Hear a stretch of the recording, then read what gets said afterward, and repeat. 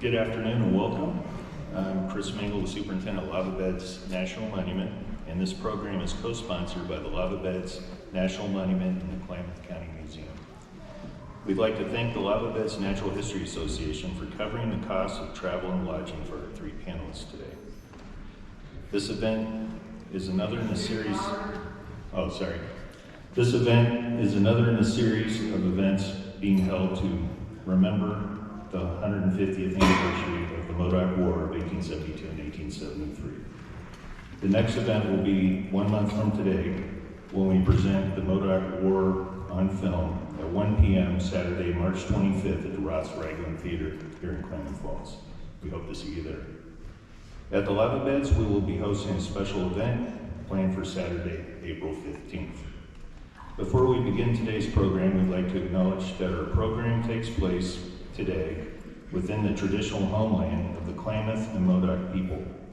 It was our hope to have Cheewa James attend today to serve as the MC for this event. Cheewa released her book, Modoc, the Tribe That Wouldn't Die, in this very room, June of 2008. Unfortunately, she came down with severe cold just a few days ago and could not travel. She has prepared some remarks, which will be read at this time by Taylor Tupper, who is herself a descendant of Toby Wainema Riddle. There's Taylor Tupper.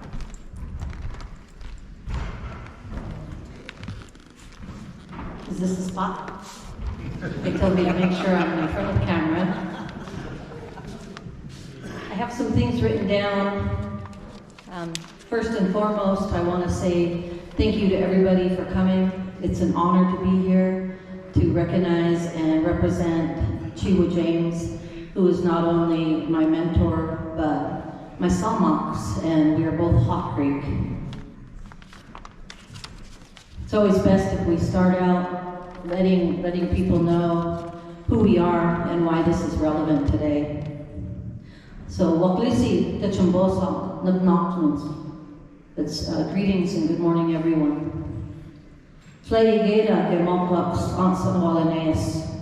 It's good to be here with your people and friends. Subketcha, thank you for joining us on this very important day and ceremony.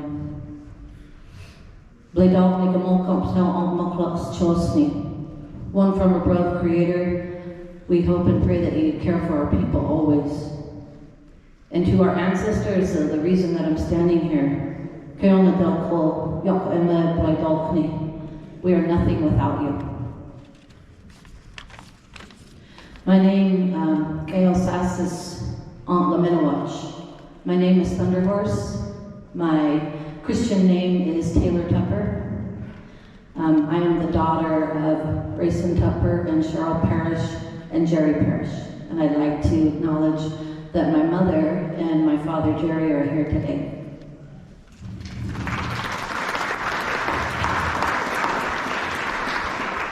I am a descendant of Old Chief Sconchin through Amanda Riddle and Wainema, Frank Riddle.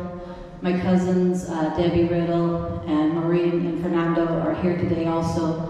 And any other Modocs that are in the room, I'd like to acknowledge you and thank you for coming.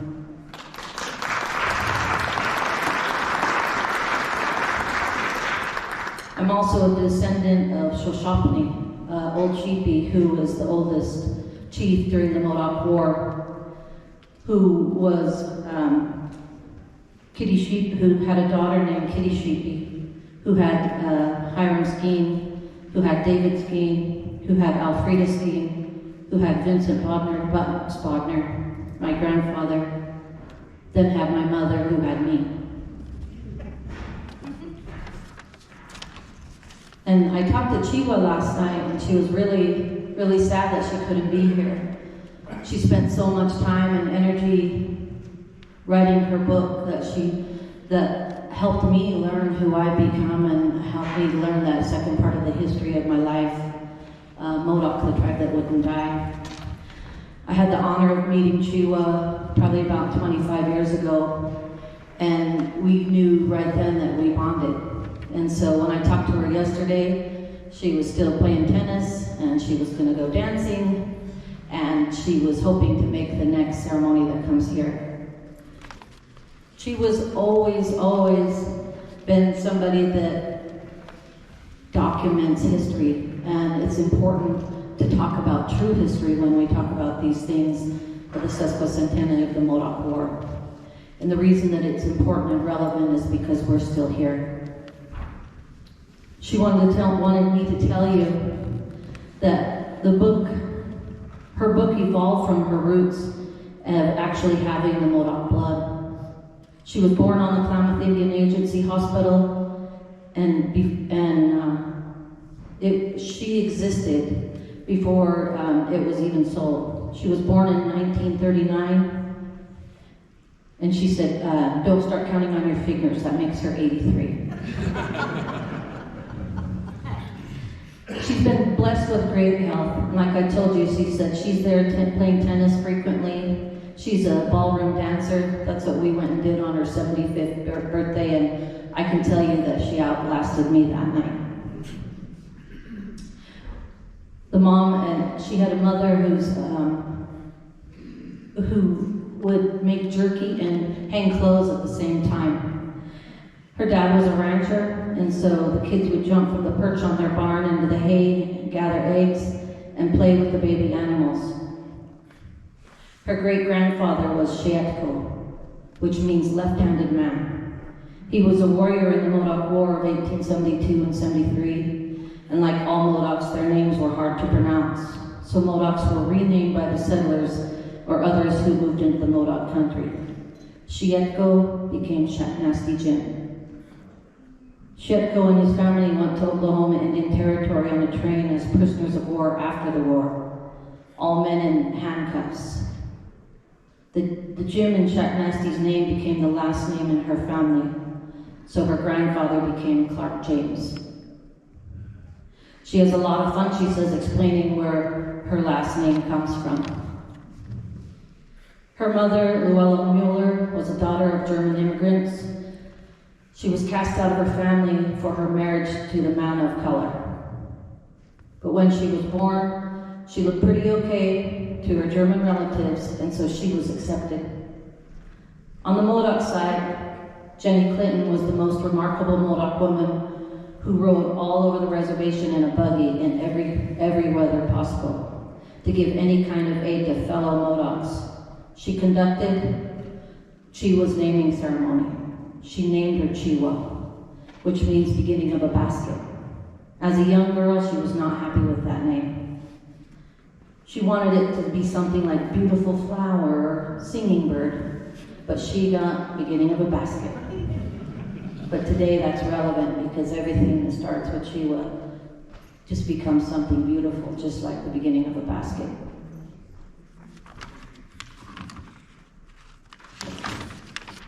And if you know Cheewa, this is two and a half pages, but she had 20 that she broke down to this 2.5 pages. So this is really relevant, the information that she wants you to hear. Her father, Clark James, went all through Indian boarding school in Oklahoma Indian Territory where he was born. He excelled in sports and went on to college to become a star basketball player. Eventually, he had great distinction of becoming the first Native American man to play in the professional leagues in the 1920s. He was renamed Chief James by his agent, although he was never one. That was a good public relations move, though. Her mother encouraged her to aim for the heights in life. She saw to it that she went to college to pursue both her speaking and writing skills. She also knew Modoc history inside and out, and said that is what she needed to pass on. She grew up in a house filled with Modoc baskets and art, and she still has much of it today. Her mother died early in her life, but both she and her dad inspired. It was by her parents that she was inspired to write the history. In the beginning, she wrote the book, Modoc, the Tribe That Wouldn't Die, with the idea of explaining the Modoc culture. She wanted people to understand and appreciate Modocs. Most important was to explain the documentary or the democracy that ruled the culture. Things were done by open discussion and vote. The Modoc War had many voting times. The best known when leader Captain Jack voted against killing the Peace Commission, but the tribe voted yes, and that's how it was. But it's important to her to bring the Modoc culture out, to begin to see so much more about our people. The most important thing I can say today is that she entered the writing of this book as a Modoc, but exited it knowing that war begins good and bad from all groups of people. War is the real devil. She felt strongly about all the ranchers and settlers who worked with and for the Modocs, the brave settler women who protected their children, some men of the law trying to set laws in fair and an honest way for the Modocs, Modoc warriors and the U.S. soldiers doing both what we would call good and bad. Rancher John Fairchild had Modocs of the Hot Creek Band, which is the band of her ancestors living on his ranch grounds as workers. And that's something that Cheewa and I share as Dave Skeen during the war. My great-great-grandfather stayed on the ranch and worked. And Shack Nasty Jim, her relative, is how we're both Hot Creeks from that band. Shack Nasty Jim, her relative, was his former handyman, handling major responsibilities. When the Modoc War started and the Hot Creeks did not want to be involved, Fairchild tried to escort them in surrender at Fort Klamath, but they were overtaken by settlers attacking them, and Fairchild did not succeed. But Fairchild gave it his all, and she still communicates today with the Fairchild descendants.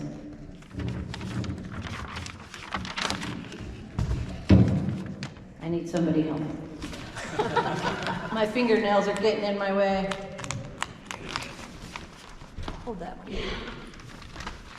Oh, sorry. She also wanted to make note of settler Sarah Brotherton, sorry. Sarah Brotherton, who fortified her cabin with sacks of flour, then shot through cracks in the cabin to protect her family. She can't even imagine, the fortitude of that woman. Modoc warrior Scarface Charlie, at the height of the Thomas Wright battle, stood looking down at the U.S. soldiers facing sure death. He called out, "All you fellows that ain't dead had better go home. We don't want to kill all of you the same day." I was given a box of letters written by the second Lieutenant Harry DeWitt, was given to her by the woman who found them in her attic. Getting to know this young man, reading everything, brought tears to her eyes, and she felt what the soldiers must have felt. The amazing, exciting thing about writing a history book is that new information is found and old history changes. I know now how Indian fighter Ben Wright really died. I flew to Portland, Maine to see a Modoc warrior steamboat freight honored by that city and place some dirt from his son's grave in Oklahoma on his grave in Portland, Maine. I learned how Canby's Cross came to be built. I only had a few paragraphs to make this new information known in her updated book, but what a thrill that was. So from me to Cheewa, we miss you. We wished you could be with us today, but we know you're here in spirit, and we'll hope to see you at the next gathering.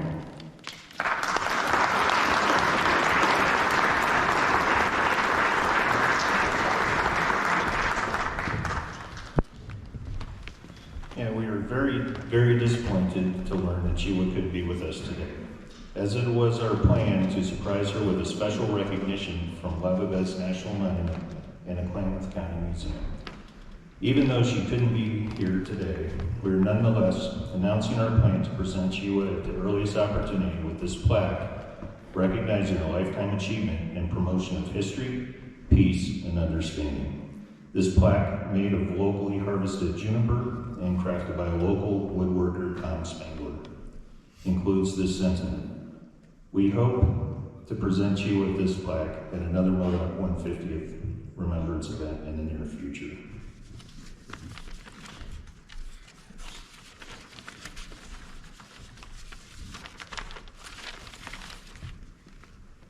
And here's the plaque.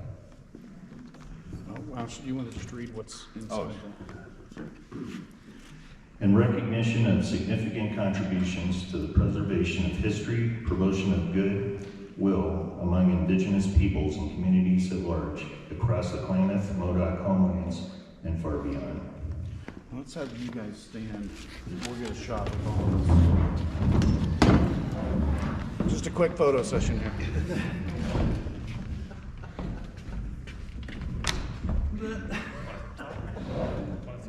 Are we posed right, David? Yeah, there we go. Oh. Don't fall off the I'm stage. just getting a bunch here. Okay, good. Super.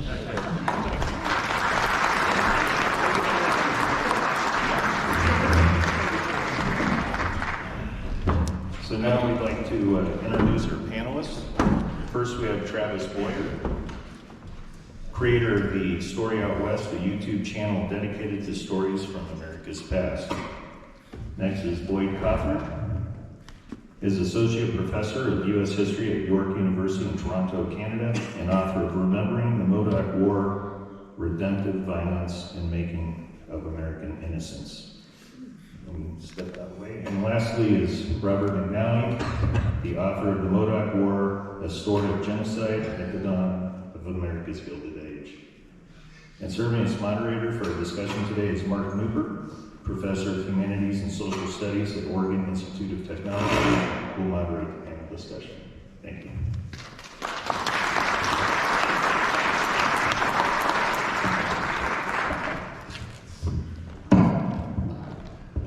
Hello. Hello, can you hear me in the back? All right, thank you. Large space, a lot of people here. Thank you for coming. We really appreciate your participation, your attendance, and your interest in today's event. So my name is Mark Neupert. I'm a professor of anthropology at Oregon Tech, and I've been asked to moderate today's event. So first, I'd just like to let you know how the timing will work. We're planning on about a 90-minute discussion with our panelists, and then opening up to the floor and to Zoom, where we have 34 people zooming in from, I think, all over the world to hear today's event. So that's sort of how we'll go. So if you have questions or would like to respond or share your thoughts, we hope to have plenty of time for that after the discussion with our panelists. The next thing I want to say is we're not here today to go over the details of the Modoc War. What happened when, who did what, where did it go down? We certainly like to assume that, one, maybe many of you already know that. You have the groundwork, the foundation for the war. And it would be sort of a waste of time to retread that ground. The other intent is to instead of sort of retracing its steps, is to reflect and reconsider, to look back on it from our time and reconsider what the war meant and means to us now and how we should process that. Coming to this event as the moderator, I think maybe like other people, I've been in Klamath Falls for 25 years, but I honestly did not know that much about the Modoc War. So this event and this remembrance of the 150-year anniversary gave me an opportunity to engage in that history of ours, but through the lens of our panelists today. I went to it with their eyes sort of fresh and brought their understanding to my sort of my study of the war itself. So I would like to invite those of you who know to reconsider, and those of you who perhaps don't know the details of the war to take this perspective in your journey in understanding that war. And also to the children who are coming up and we're educating, who are first learning about it as well. So that's what our goal is here today, is to put it in context and remember and reconsider and reflect rather than retrace.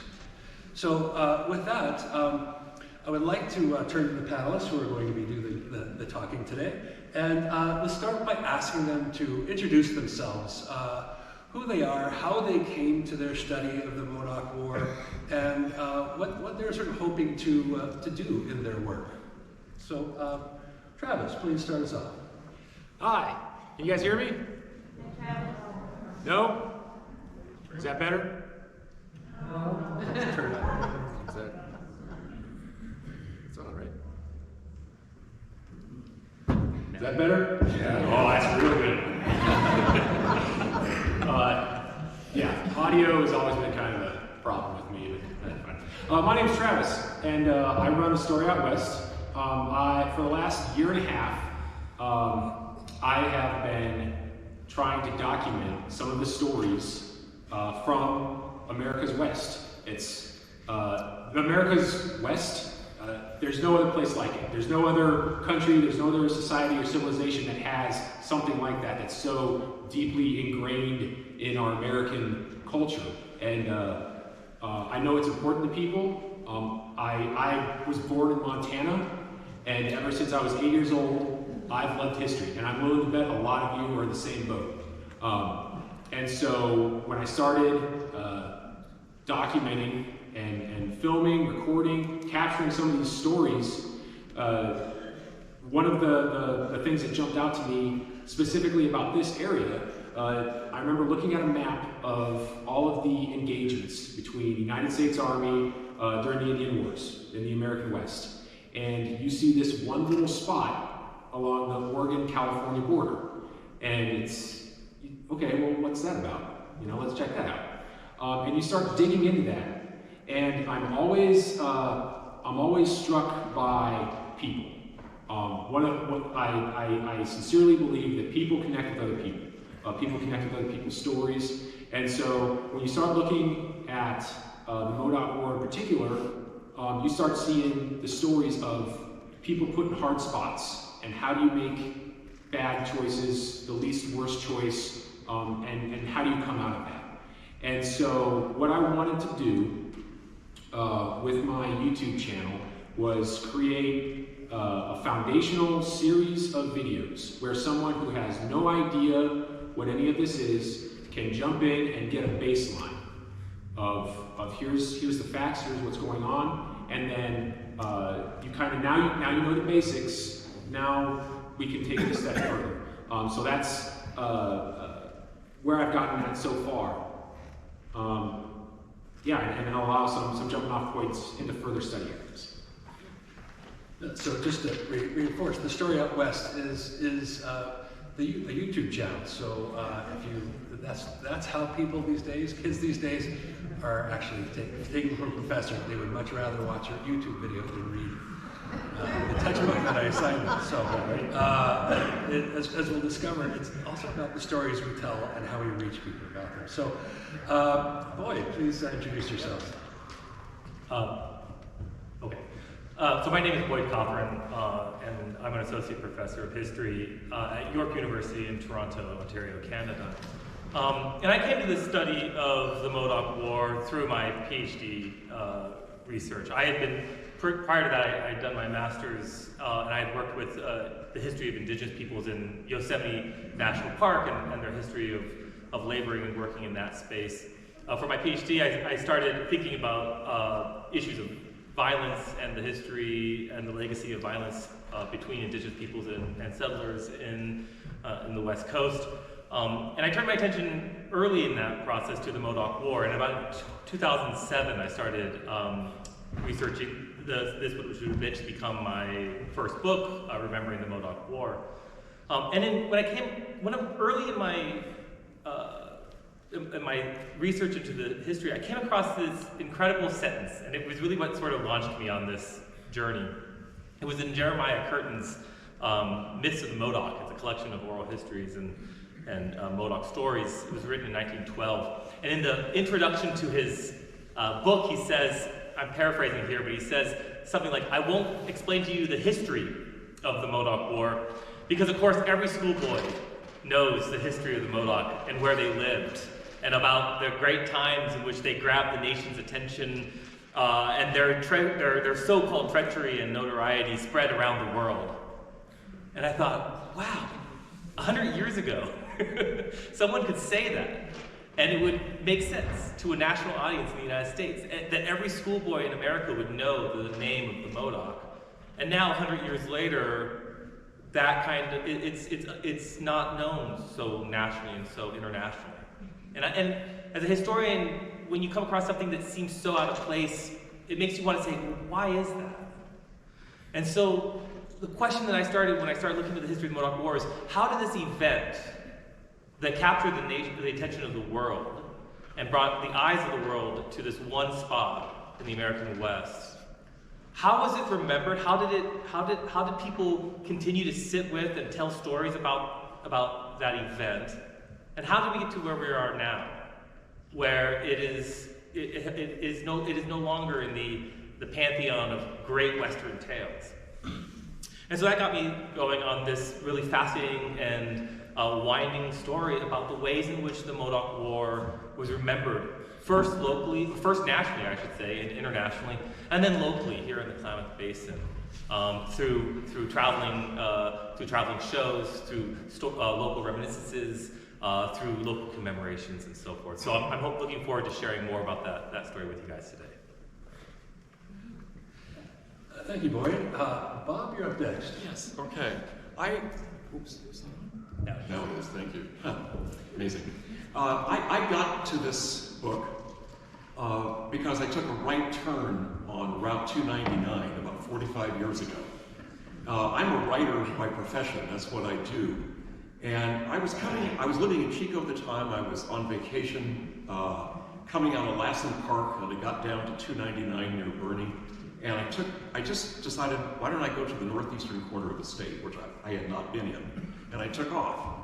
And I saw Lava Beds National Monument up there, and I went and visited. And I immediately fell in love with the place. I really like volcanic landscapes. And I was doing a lot of environmental and nature writing at the time. And when I found out that there had been an Indian war fought over that ground, I thought, my, that would make a really good novel. And I thought so I had this ambition of telling that story.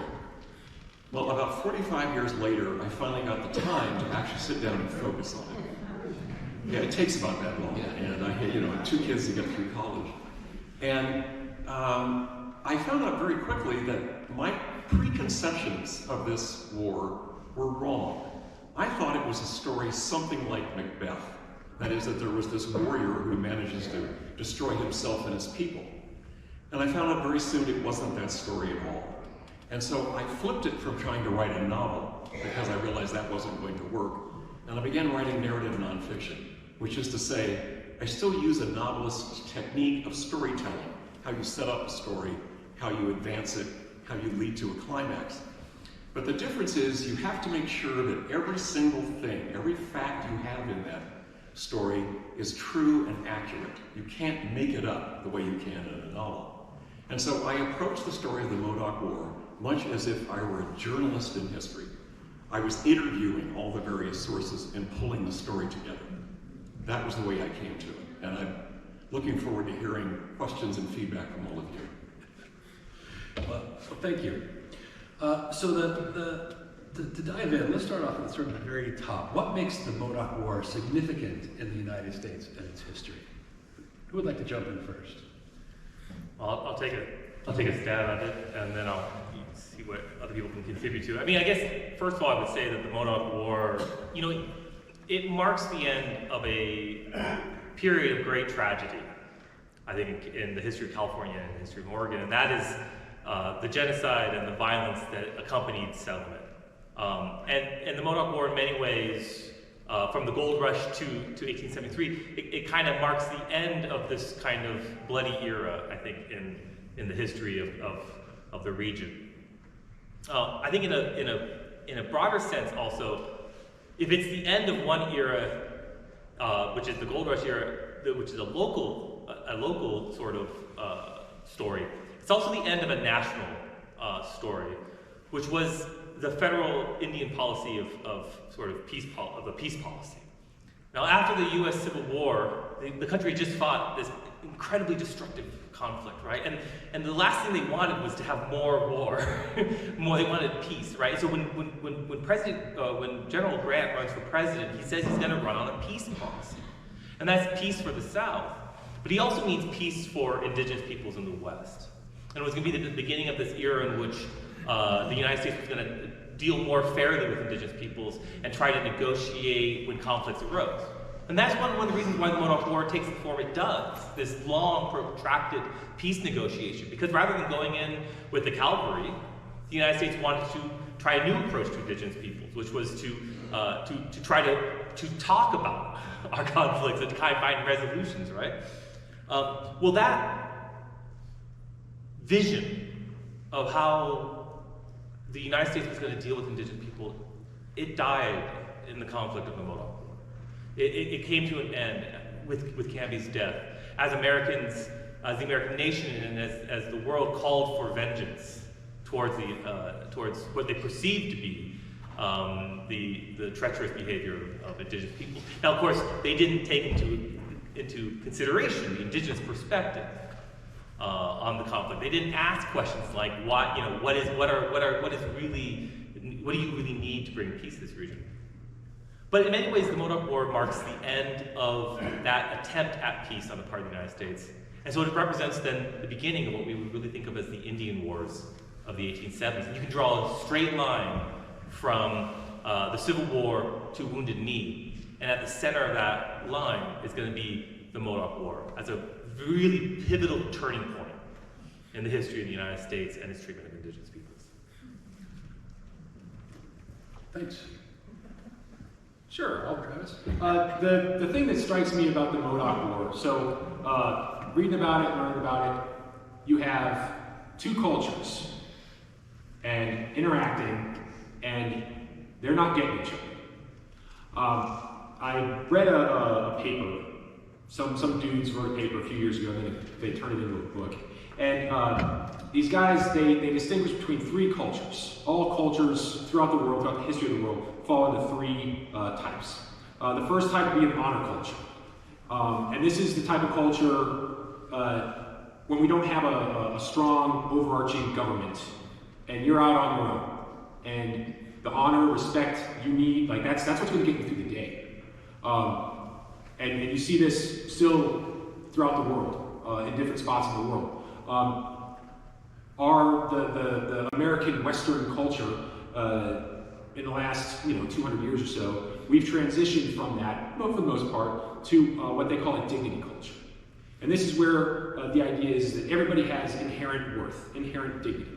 And if you have a problem with someone, you can communicate with that someone, but you also have a government. You have laws that we respect. You have courts if someone has problems. We don't have to go dual, high noon anymore. We have a system of government that we can use to try to solve our problems. And we overlook slights, like little insults, have thick skin type deal. When we look at the Modoc War, we see those two cultures collide, and we see what it looks like. And what really stuck out to me is that's what it looks like 150 years ago. When you see an honor and a dignity culture, what they collide in, when you see how it can go. We still see that today, okay? We're still seeing that when, for example, in Syria, when we're trying to go in and help in a Syrian civil war, and different values, different cultures over there, different groups have different values in ours. I saw it firsthand in Afghanistan, where you go there and it's literally, you have to rewind your mental clock 1,000 years and start thinking like the Middle Ages to really engage with rural Afghans on their level, and things like laws, and we do this because it's a law the government put out. Well, I don't care about the government. I care about my clan, I care about my tribe. This is the valley, this is the mountain that I live and I'm gonna die on. This is what matters to me. And if someone's gonna come and mess around with me, there's gonna be problems there. And so we still see that today, and obviously we saw it 150 years ago. That's why I think learning and really bringing some lessons out of the Modoc War, that's what makes it so significant for us today. Thank you. Bob? Yeah, I think there's two things. One is, when I wrote this book, I tried very hard to make sure that I played up the national significance, and practically no book reviewer bought it. I was really surprised by that. In fact, I kept having the book slotted as a regional book. And I said, no, it's not regional. And they said, oh no, it's a regional book.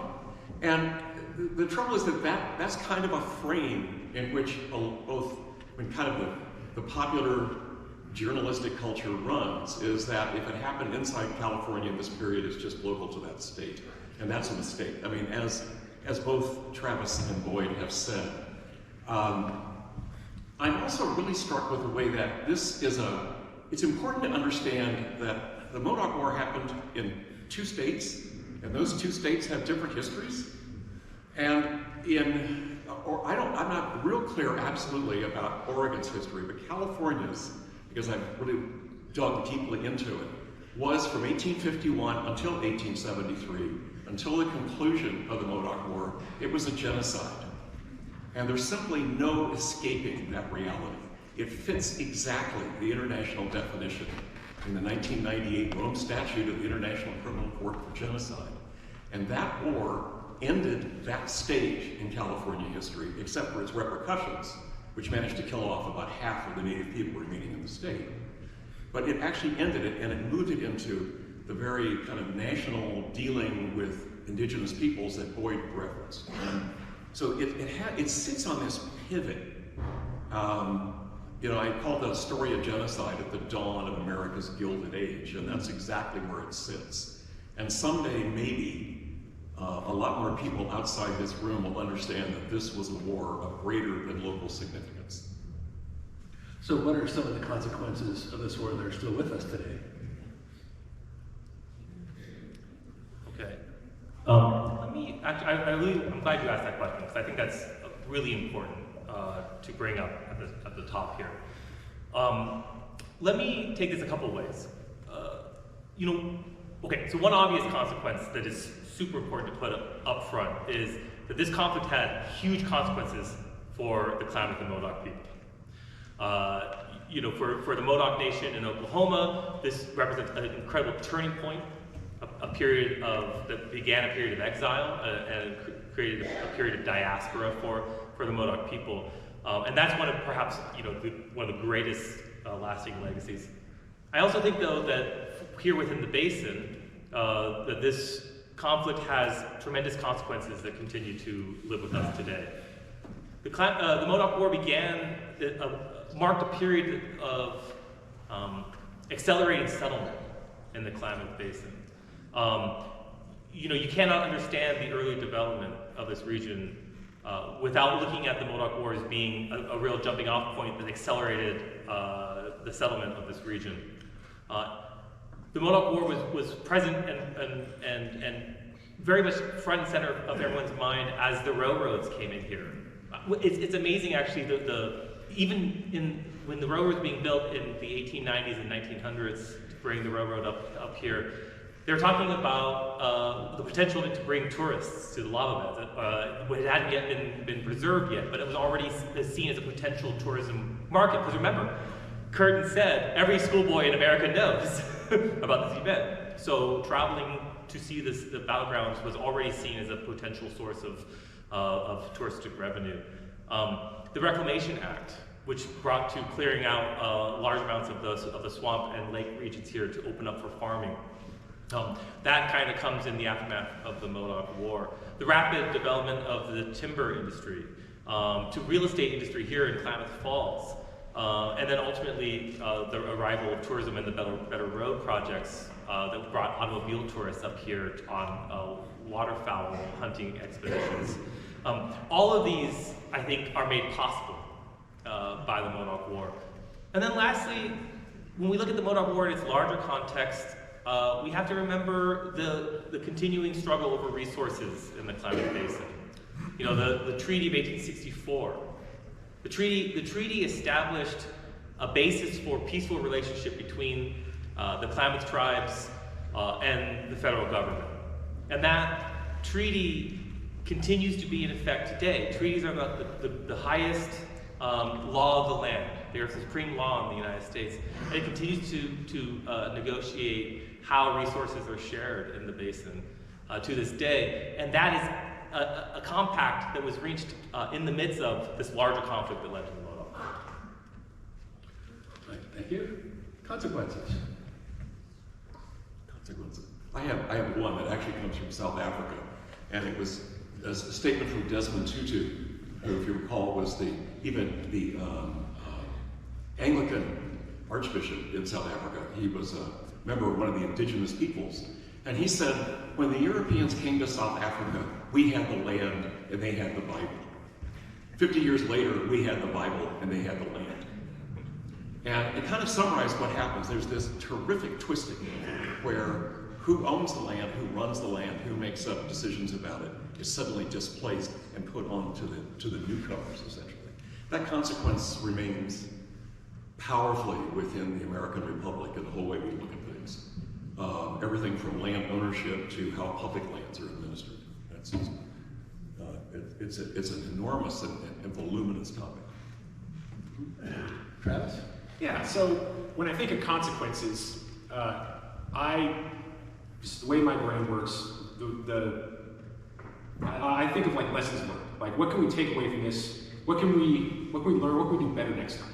Okay, and just to really hone in on a specific phase, I'm going to like, for example, the phase that sticks out to me most, that standoff portion of the war from late January, early February of 1873 until mid-April, when you have a tribe fortified in a location, and then you have the military, the army surrounding them and trying to negotiate. And that's the key. I talked to some people who have been trained by the feds and the police as crisis negotiators.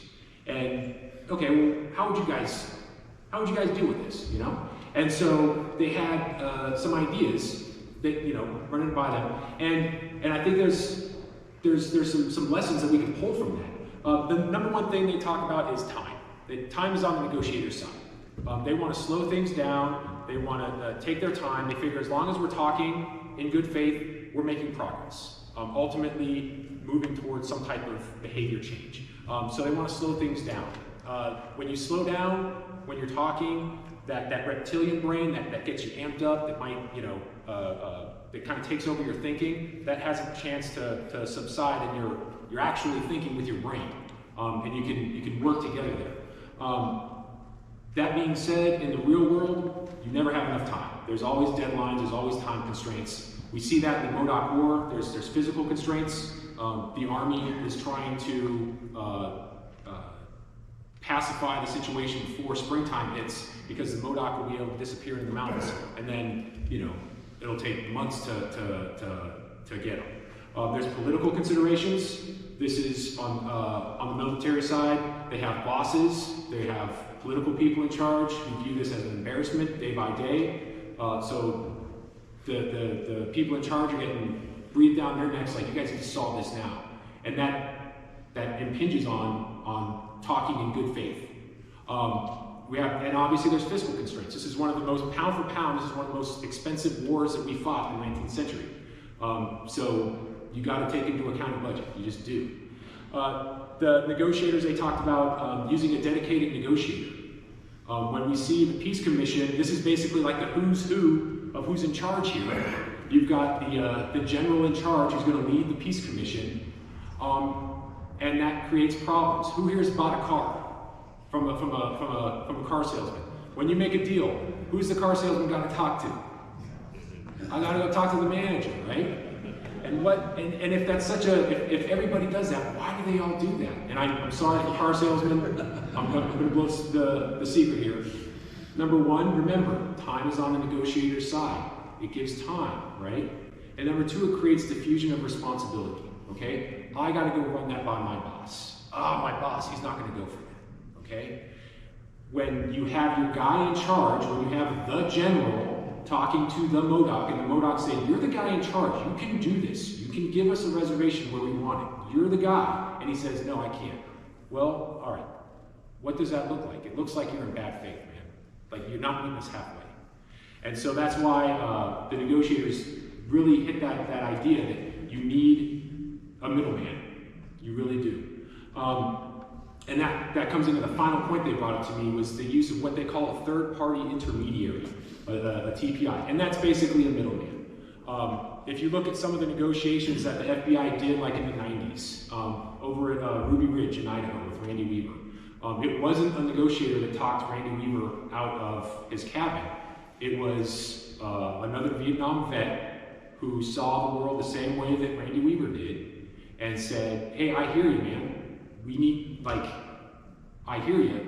I'm on your side. We need to solve this thing peacefully.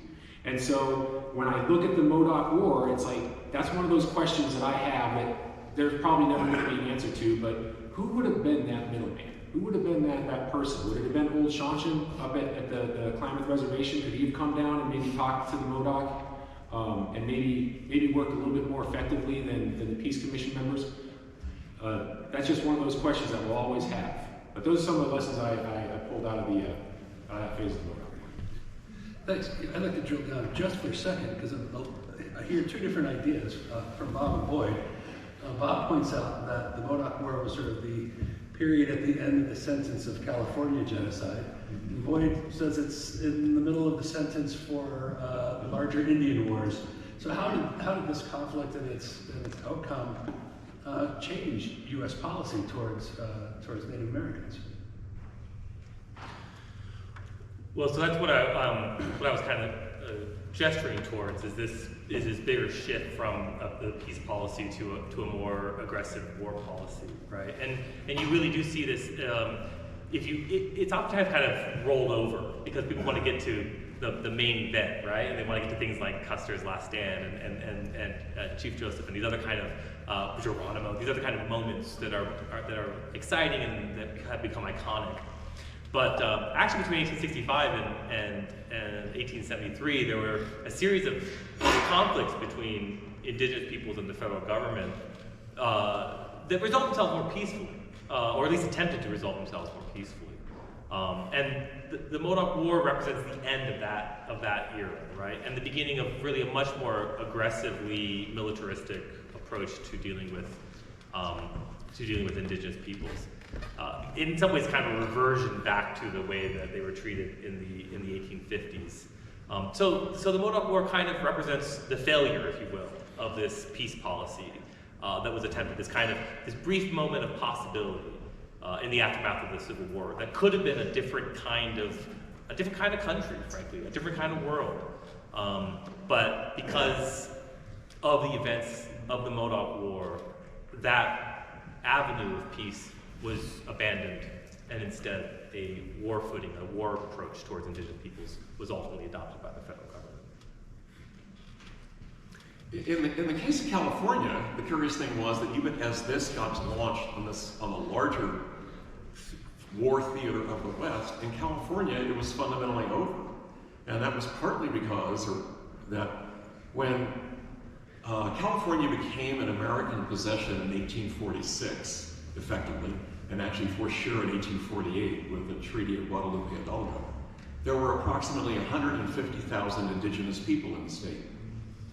And by 1873, at the end of the Modoc War, there were 30,000. That means the population had been reduced by 120. So effectively, almost all of the armed resistance had been ended. And the amazing thing is that the death rate continued to be high. By the end of the 19th century, there are only 15,000 indigenous people left in the state of California. And they're dying primarily from disease, from poverty, from neglect.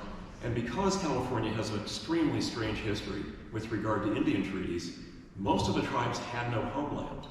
I mean, their lands were effectively there, but they did not have a treaty that recognized some sort of a homeland or a reservation. So this kept on going. So even as you go on to Chief Joseph and Custer and so forth, in California you're actually moving into a different chapter in this whole very fraught and difficult and actually violent relationship between the settler culture and the indigenous peoples. Right, thanks for clearing that up for me. All right, so the craft of documenting history is constantly evolving. New information comes to light occasionally.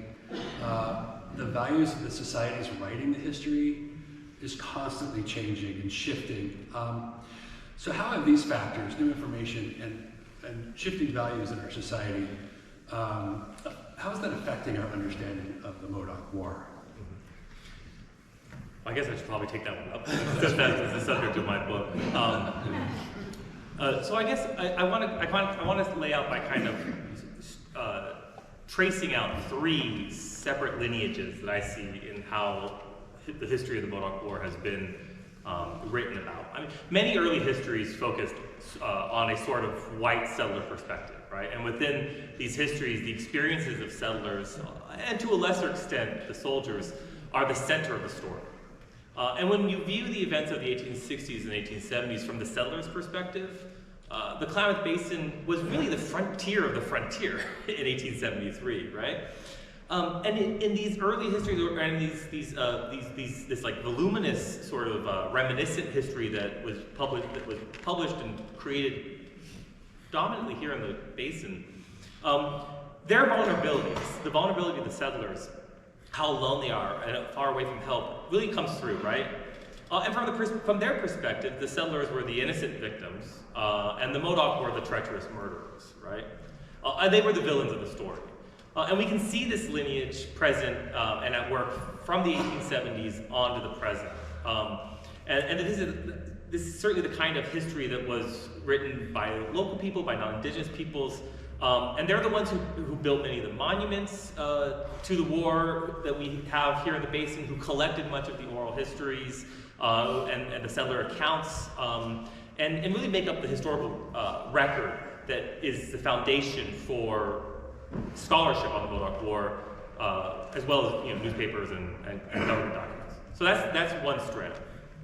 The second strand, I would say, is actually that of the moral crusader, who's usually an outsider, who views the Modoc War and the whole settlement of this region as a kind of morality tale of greed and nefarious dealings.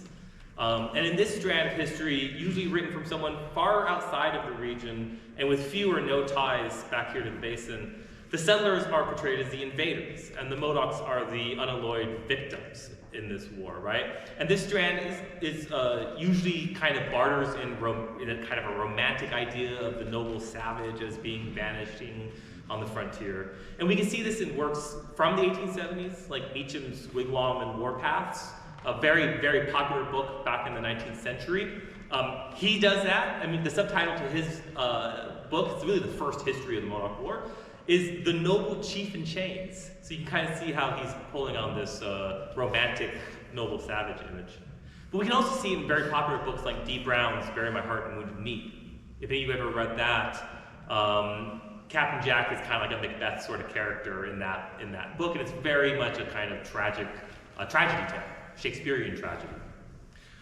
But the third lineage that I want to draw our attention to is that of the indigenous perspective, which often places the Modoc War within a much longer and much larger perspective, right? And it's really hard to generalize, and I wouldn't want to pigeonhole indigenous peoples into having only one perspective, as if there was an indigenous perspective. But I would point to works like Jeff Riddle's The Indian History of the Modoc War, Cheewa James's book, Modoc, the Tribe That Wouldn't Die, as kind of iconic examples of this way of remembering the conflict. But I would also throw into that not just the written text, but all of the informal histories, the many sharings, public sharings, the intimate teachings that elders give, the lectures and the histories. I think of people like Lynn Sconchin, from whom I learned so much about this event, Tom Ball, whose sharings were really vital to helping us understand the human costs and legacies of this event, Debbie Riddle's own work. I mean, there's many, many folks who present an indigenous perspective. And for them, the Modoc War has to be understood within this much longer history of both connection to the land, of the arrival of newcomers to this region, of the effort to coexist, the failure of that, and then the profound tragedy that was the war and its aftermath. And I think that's a really vital strand to how this conflict has been remembered. So how has shifting context sort of changed our understanding of the war? That's a good. I find myself agreeing fundamentally with Boyd on this, and I just ran recently into some material that surprised me, and it was, I've been teaching a class on California genocide in the Bay Area, and I was really struck with some data I found from the Native American Journalists Association. That is obviously Native American Journalists, and they're probably going to change its name to the Indigenous Journalists Association and become more global. I'm a member, I'm an associate member because I am not a tribal citizen, so I can't vote. But they had material on how, when there's a story about Indian country, anything that's happening in an event that involves the tribes, where do the sources come from? And most of the major news sources always consult with non-Indigenous sources, except for National Public Radio. Go NPR.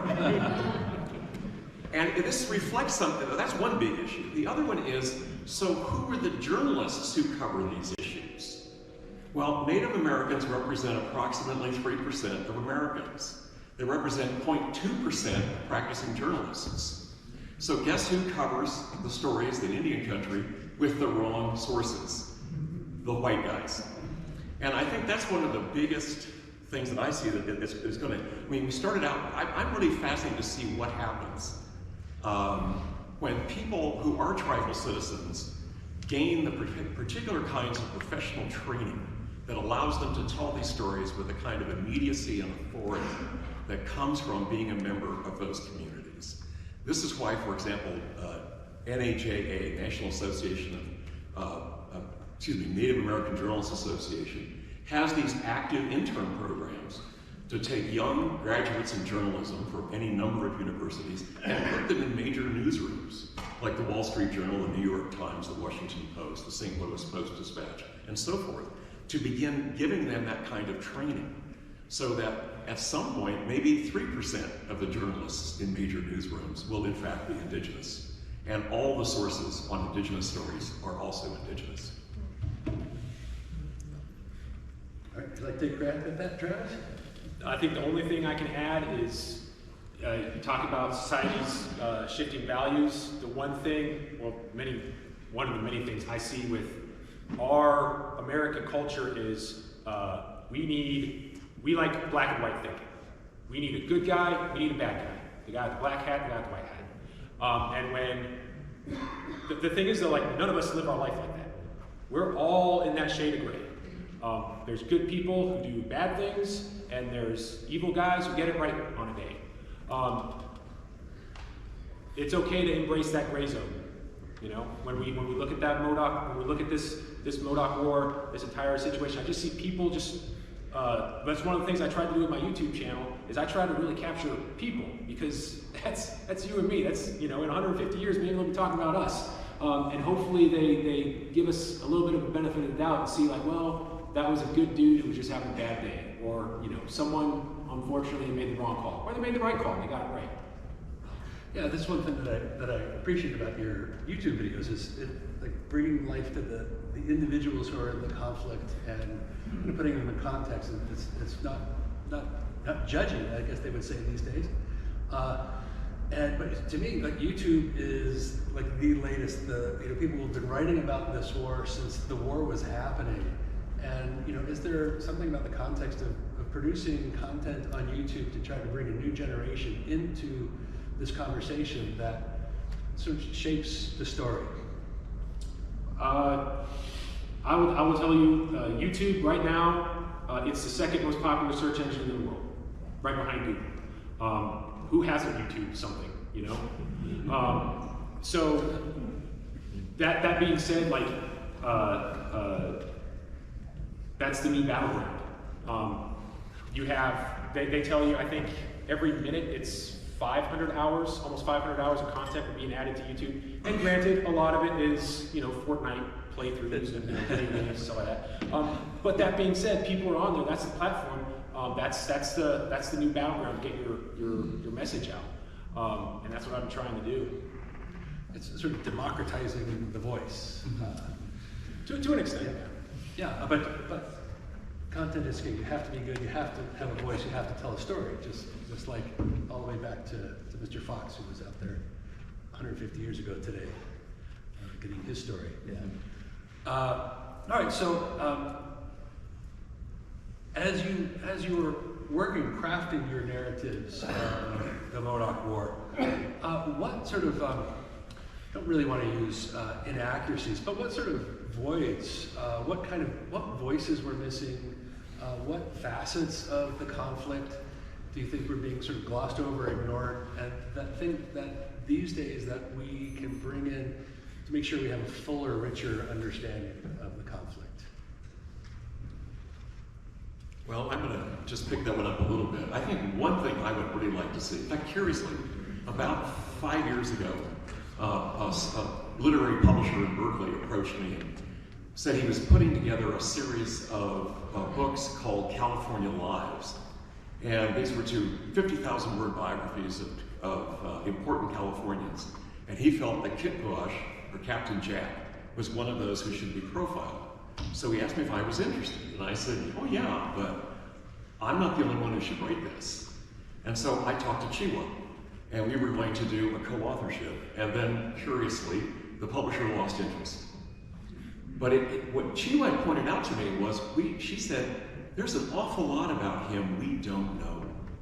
And I think that's something that's really kind of disturbing to me, and I found this when I was working on this book, was that as much as I tried to research the backgrounds, histories, stories, interactions, and so forth of the characters, in most cases, with the Modocs, there are large voids. And that's partly because, unfortunately, they didn't fit into the kind of document world of a settler class. And so until they intersect, they're arrested for something, or they start a fight over a property line, or that kind of thing, they don't figure. And so here we have these characters, these people who have, from where I've sitting as a white writer, I don't know enough about them. And I would sure like to be able to find out more about these people in order to write a story that honors everyone with equal depth, that gives the same kind of people feel that Travis gets with video, that can be gotten in the written word, in the story, in the narrative. I think picking up on that thread, one of the things that really interested me I was interested in the pre-lives of these people, the people involved in this conflict, but I was actually more interested in the afterlives of the people who were involved in the conflict and how that part of the story hadn't been written in. And I think about, I come from a family with military service in the background, and how war sits with people for the rest of their lives after they experience that, whether it's a long tour or a short tour. No one forgets war. And when I was working on this book and thinking about all these indigenous peoples who served in this conflict, how they continued to live with this war just as much as their white settler neighbors did. And in fact, they had to live with this war together. And so I was really interested in telling that story, because I felt that story had been left out of the Modoc War. And I was surprised at how rich and many of the sources were for telling that kind of story. One of the most interesting directions that my research took me was into the pension files. In the let's say in the 19-teens and 1920s, a series of different laws were passed by the federal government that allowed people who had served in the Indian Wars, in the military, the Indian Wars, to receive pensions. Now, this was before Social Security existed, right? So military pensions were seen as a form of Social Security, of kind of a form of old age insurance, if you will. And it came out of the American Civil War when military service was near universal. One way to kind of provide old age care was to give if every man served in the military, then if you gave every man a pension, then you could have a de facto social insurance. Well, all of the scouts who served in the Modoc War, all the indigenous scouts, if they were still alive in the 1910s and 20s, they applied for a pension for their service in the U.S. Army. And the vast majority of them received them. But in doing so, they had to create narratives of their service and they told their stories about what they did, what they remembered doing, where they were at certain moments and certain events. And it was a kind of way of getting into the stories they probably told to their children or to their neighbors about their service, about their time. And the most remarkable thing, and I'll end here about that, was they oftentimes required help to navigate the system. And the Klamath and the Paiute scouts who participated in the event, they often turned to their white neighbors to help them navigate that system, to help them fill out their forms, to produce the documentation, to prove, this was particularly true for widows. If their husband had served, the widow was entitled to a pension as well. Well, how do you prove that your husband was the Indian person on the roll and all that? They had to rely on their neighbors. And so when I looked at the 19-teens and 1920s, I saw a kind of community collectively remembering this event together. And it was a very fascinating set of sources.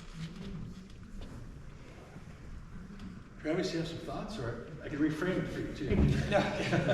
No, I mean, every historical event has those moments where it's like, well, why let the truth get in the way of a good story? You know, like one of the first videos I ever did was on the Fetterman fight. If you guys are the whole like give me 80 men and I'll ride through the whole Sioux Nation, and Homeboy never said that, but it's a good. Everybody remembers that, you know.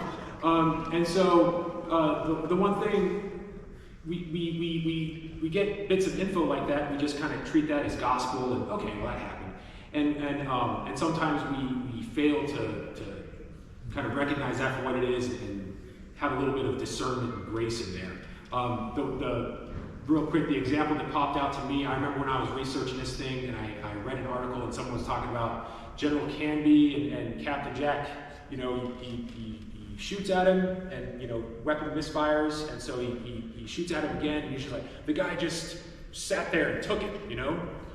And well, yeah.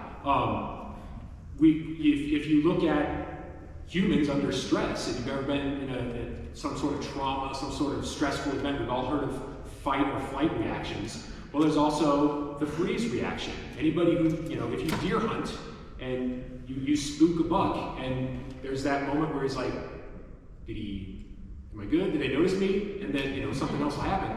That's that freeze reaction in play.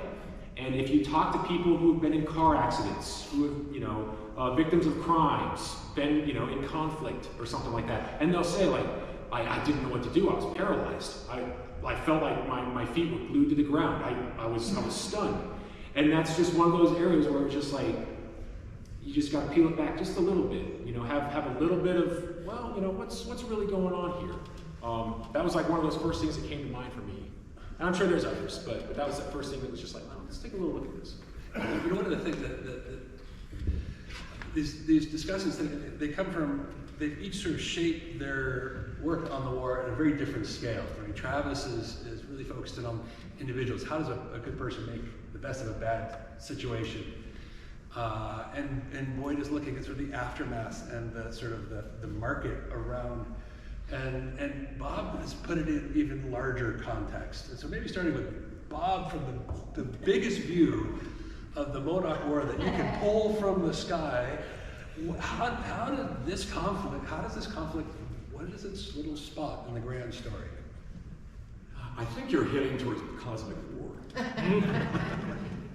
which is a really fascinating idea that you can really see it in this conflict. Up until Canby and Thomas are killed, the war is fundamentally a battle over real estate. I mean, that really is, and that's even the way it's covered in the news media. And this particular war was unusual because since it was fought as a siege, it was fairly easy for reporters to embed with the army and send stuff back via telegraph. This was a technique that had been perfected in the Civil War. It was very expensive, but it worked very well in getting real-time reporting. And up until April the 15th, it's really a war about real estate. And on April the 15th, it changes. Bang, just like that. And across the headline in the New York Herald, written by Edward Fox, who was an absolutely amazing reporter, it writes, "Martyrs for the cause." Martyrs. You know, not fallen heroes, not casualties, martyrs. He made it religious. And at that point, the war shifted, and it became a battle between infinite evil, represented by the Modocs, and infinite good, represented by the United States. And the trouble with that kind of war, which is a cosmic war, a term developed by a political scientist that I knew in graduate school years ago, you have this conflict between these two worldviews coming together like that. And the trouble with cosmic war is there's only one way to win, and that's totally. You have to exterminate the other side. And anything you do to accomplish that is just fine. So it shifted the entire thing. And that was really powerfully unfortunate. And that idea keeps popping up throughout the Indian Wars. And that from that period, I mean, it happened before that in California for sure. But it happened very distinctly in that period between, like, really the Modoc War to Wounded Knee. I mean, that's just so obvious and absolute. And it haunts us today, frankly. Talk about a consequence, is having this notion of universal absolute goodness and universal absolute evil. I mean, this is indubious battle on the plains of heaven, you know, to quote Milton. And there it was. Yeah. And you really hear that, you really see that in the coverage, because they really immediately filter the entire conflict through a Judeo-Christian lens. So the other headline, I think it's the San Francisco Chronicle, calls it Red Judas. Yes. Right, that's their term. And then so that's the religious frame. And the other thing, that when you're going to have a total war against someone, you have to turn you have to dehumanize the bad guy, right? And you can see that in play in all kinds of ways. And there's a lot of the old tropes of the Indian that are resurrected to legitimize their dehumanization and lead to violence. But a new one that I see that comes up with the Modoc War and then is carried forward is the idea that the Modoc are insects to be exterminated. And you see this, there's very early on a political cartoon that is playing on the lava beds. The beds, right? And they have a bed, it's like an actual bed, and I think it has bed bugs in it. And it's like, you know, the headline is something like, you know, the lava beds are infested or something like that, right? And then there's a later one in the Harper's Weekly in which they portray the Modoc people as mosquitoes, and they talk about how the campaign is heating. I don't know what the term is, but you know, they some play on mosquitoes in the campaign. So that kind of dehumanization is really an essential step to facilitate cosmic war.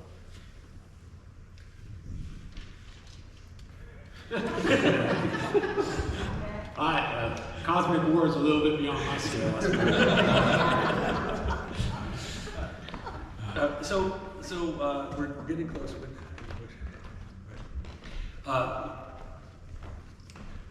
We're getting close to question and answer time. But so I have a few other questions. In listening to how this war, the history around the Modoc War was constructed and how it's changed over time, I sort of pick up the themes that the earliest narratives about this war are sort of about righteous conquest. And then the next sort of round of narratives are about victimization, the moral crusader narratives. And then we bring in more indigenous voices like Cheewa's book, and the story becomes about perseverance. We're still here, the tribe that wouldn't die. And I get a sense that we're now sort of moving to a sort of different voice about understanding this conflict, and wondering what you might call it, how it might be framed, how we might sort of conceive of where we're heading now. I call it empathy.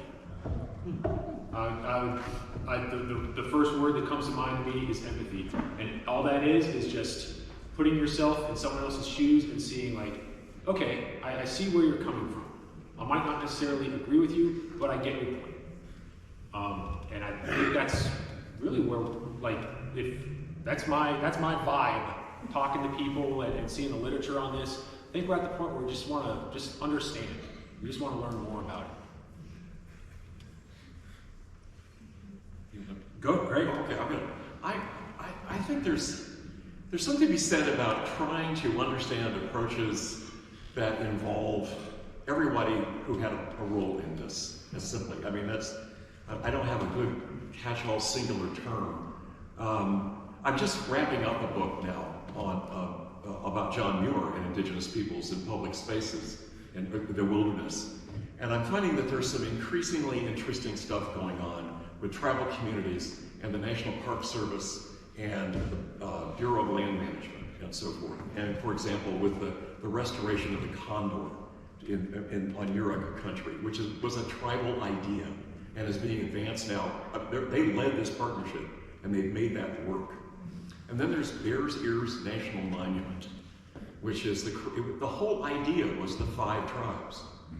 It wasn't somebody else's idea that they're now being allowed to co-manage. No, it was their idea. And they put it in front of Obama, and then Trump cut it, and then Biden made it bigger. And now they have a collaborative, or cooperative, not a collaborative, equal management arrangement with the National Park Service. That, I was wondering if we could take that kind of approach to storytelling. For example, say like the Bears Ears history, or for that matter, the story of the Modoc War, and see how it fits, understanding better the whole story of everybody who had a piece of it. I called that multivocality. It's a fancy academic term I use. I mean, I'm an academic, right? So when I wrote my book, I ended it with a call for new narratives that embraced the perspective of everyone who was involved, as opposed to just doing one side. I'm not in the business of creating narratives of the Modoc War. I'm more of the history of the Modoc War and how it's been told, as opposed to creating a new narrative. But if I were to create one, I love this idea of empathy. I oftentimes find myself thinking that we live in an age in which empathy is the only antidote that we can, it's the medicine that we all need right now. More radical empathy in order to just appreciate each other's perspectives and to dial down the intensity around these history wars that are going on all the time. And so I think if we can just reach into ourselves and find our common humanity, that is a great place to build new historical narratives. Yeah, Boyd, one of the ideas that runs through Boyd's book is the idea of a marketplace of remembering, and we're in the marketplace, one of the many marketplaces for remembering right here, right now. We're surrounded by it, the artifacts, the material culture, the documents, and it's everything from postcards to news stories to lengths of rope and things, and it's what we bring forward and how we put value on it and sell it to each other and sell a story to each other and create a story through that kind of marketplace. Maybe you can express that a little better than I just did, but also, how do we create a marketplace for the history of empathy? How do we create a marketplace for the history of empathy? Or say an empathetic history. Yeah. Well, okay, I mean, just briefly, I mean, basically the idea of the marketplace of remembering was the idea that the way we tell stories about the past, they are shaped by the medium through which we tell that story. So if you are doing a podcast, you're going to tell that story using a lot of rich audio. You're going to shape it though because of the needs of audio. So what's going to get left out? Visual. Right? No, there's not going to be any photographs. But if you're doing a coffee table book, that's going to make you totally rely on visual evidence, and you're going to tell a different kind of story as a result of that. And if you're trying to promote tourism, you're going to rely on the built environment and spaces that you can go to. And that's going to then shape the narrative of what you're trying to tell. And on and on and on, right? So how do we build narratives that are based in radical empathy. I mean, I think actually podcasting or YouTube videos are a great way to do that. It's such an intimate medium, right? And it's such a kind of space that gets, I mean, in your ears and into your eyeballs in a very intimate way. And also the focus on individual characters. But I also think that, and I've been thinking a lot about this lately, the importance of bringing children into our history very early on. Children are full of empathy. And children have a fundamental sense of fairness, don't they?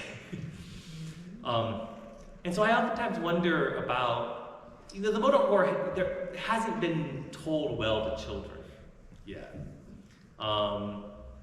I don't want to do it. Personally, it's not my skill set. But I would love for there to be the great young adult story about the Modoc War, or a great, gosh, would it be cool to have a graphic novel, right? One of those kind of things. I think that would be an interesting perspective. Yeah. I'll tell you, like, anybody else, maybe you guys read, I remember the first book I ever read, and it was called Custer's, well, not ever read, but like the one that kind of genned it for me is Custer's Last Battle by Paul Goebel.